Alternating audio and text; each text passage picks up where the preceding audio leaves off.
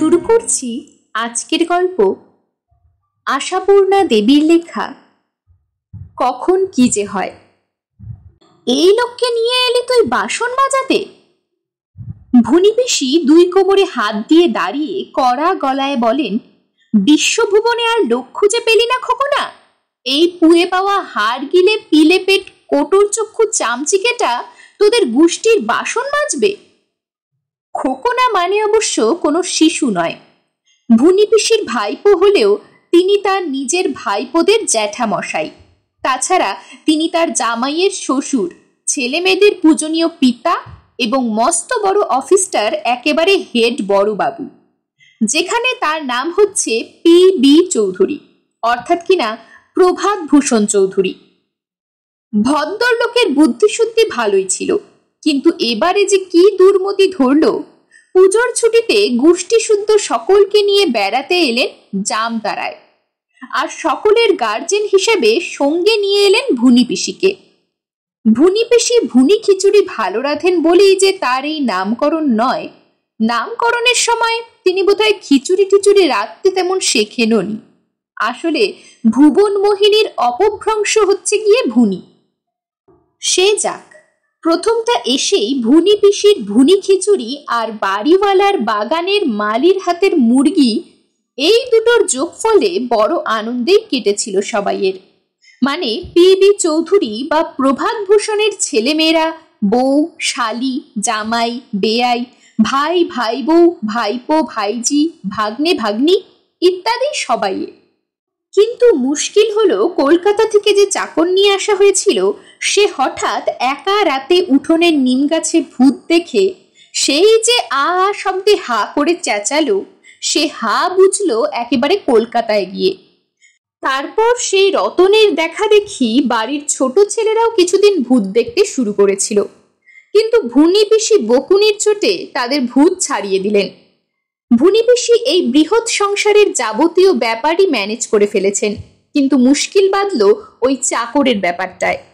জামতারায় যে বাসন মাজার লোকের এত অভাব তা কে জানতো? প্রভাত ভূষণ আর তার ভাই প্রকাশ ভূষণ আর বড় ভাইপো প্রচণ্ড ভূষণ, এই ত্রিশক্তি সম্মেলনের কর্মপ্রচেষ্টা কোনো কাজে লাগছে না। চাকর জোগাড় হচ্ছে না, ঝিও না। সকালে বিকেলে দুপুরে সন্ধ্যায় এক একজনকে ধরে আনছেন ওরা। তারা এসেই প্রথমে প্রশ্ন করছে, কজন লোক? যেই শুনেছে 25 জন, সঙ্গে সঙ্গে অ্যাবাউট টার্ন। চলে যেতে যেতে বলে যাচ্ছে, অত বাসন মাজতে পারবো নি। এখন উপায়? বাড়ির লোক যদি বাসনই মাজতে বসবে তো বেড়াতে যাবে কখন? আর বেড়াতেই যদি সময় না পাবে তো কলকাতার বাড়ির আরাম আয়েশ ছেড়ে এখানে থাকারই বা দরকার কি? চলে গেলেও হয়। আর চলেই যদি যেতে হয় তাহলে এত জামা কাপড়, ট্রাঙ্ক, সুটকেস, তাস, ক্যারাম, গ্রামোফোন, হারমোনিয়াম, তবলা, ঘুঙুর, হাড়ি করা, বিছানা বালিশ আনাই বা হলো কেন? বাড়ি শুদ্ধ সকলের মুখে শুধু এই কেন কেন রব, অথচ এই সমস্ত কেনর সমাধান হয়ে যায় একটি চাকর জোটাতে পারলেই। সময় সময়ে যে সামান্য একটা চাকরও এত দামি হয়ে উঠতে পারে এ কথা আগে কোনোদিন টের পাননি পি.বি. কিন্তু চেষ্টা ছাড়লে তো চলবে না, চেষ্টা চালিয়ে যাওয়া হচ্ছে। তার ফলেই আজকের ওই পুয়ে পাওয়া হাড় গিলে পিলে পেটা চামচিকের আগমন। ধরে এনেছেন পি.বি. কোথা থেকে কে জানে। এর আগেও অবশ্য একজন উড়ে চাকরকে ধরে এনেছিলেন। তার হাব ভাব, কথাবার্তা আর হাত নাড়ানো দেখে ভুনি পিসির সঙ্গে সঙ্গে তাকে বিদায় করলেন। এতদিনে পি.বি. একরকম নিশ্চিন্ত হচ্ছিলেন, এবার একটা লোককে টেকাতে পারা যাবে, ছোকরা পালাবে না, কারণ পালাবার জায়গা নেই তার। কিন্তু বিপদ যে অন্যদিক থেকেও আসতে পারে তা ভাবেননি। এখন দেখতেই পেয়ে গেলেন। তবু পি.বি. কাতর গলায় বললেন, না খেতে পেয়ে পেয়ে ছেলেটার এই হাল হয়েছে ভুনি পিসি। দুদিন পেট ভরে খেতে পেলেই আর চামচিকে থাকবে না। ভুনি পিসি এখন আঁচলটা কোমরে জড়াতে জড়াতে বলেন, থাকবে না? দুদিন ভাত খেলেই চামচিকে হাতি হয়ে যাবে? ব্রহ্মদত্তের কাছে মামদোবাজি দেখাতে আসিসনি খোকনা? এই আমি বলে দিচ্ছি খোকনা, পত্রপাঠ বিদায় কর ওকে। দেখতে পাচ্ছিস এই সন্ধেবেলা এখনই দাঁড়িয়ে দাঁড়িয়ে হাই তুলছে, ও করবে কাজ? ছেলেটা এতক্ষণ হাঁ করে ভুনি পিসির মুখের দিকে তাকিয়েছিল। সেই হাঁটা বোধহয় একবার বুঝে ফেলেছে। ভুনি পিসির চোখে সেটা হাইতে দাঁড়িয়েছে। হাঁটা বুঝলো এই জন্যে ভুনি পিসির এত কথার মধ্যে একটি মাত্র কথাই সে বুঝতে পেরেছে, সেটা হচ্ছে ওই হাই তোলা। অতএব ও এই কথাটার উত্তর দিয়ে ফেলে চটপট, এগে হাই তো তুলিনি গিন্নিমা, হ্যাঁ বুঝলাম। ভুনি পিসি রেগে উঠে বলেন, আরে গেল যা, এটা আবার কি ফোড়ন কাটতে এলো? খোকনা, বুঝতে পারছিস এ ছোড়ার প্রকৃতি ভালো হবে না, আমাদের কথার মধ্যে ফোড়ন কাটবে, বিদায় কর বিদায় কর। ছেলেটা ভয়ে চুপসে গেল, ভুনি পিসির দিকে তাকাতেও সাহস করল না আর। খোকনা মনক্ষুণ্ণ হয়ে বলেন, তাহলে আর কি করা? ওরে বাপু, চাকরি ফাকরি তোর আর হলো না, যা যেখানে বসে কাঁদছিলি কাঁদগে।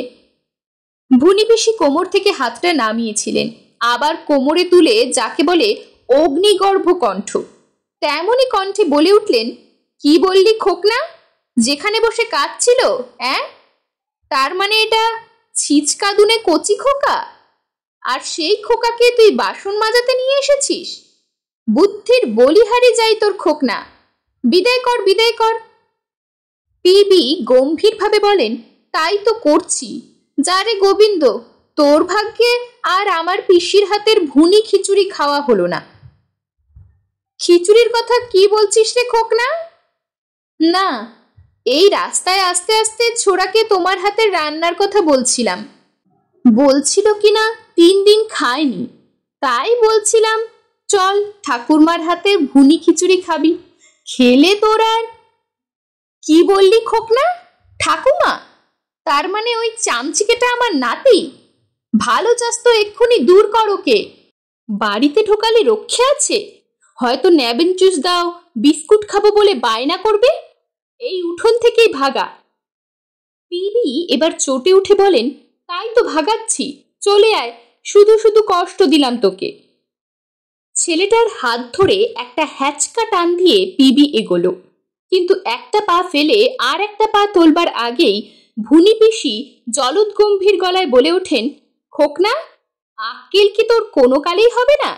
বলি এই রাতের অন্ধকারে তুই যে ওই একটা চিমড়ে মরা খেগো 1 ফুটটা ছেলেকে বাড়ির বাইরে বার করে দিচ্ছিস, ও যাবে কি করে সেটা ভেবেছিস? পিবি হতভম্ব হয়ে বলেন, তা তুমি তো বললে।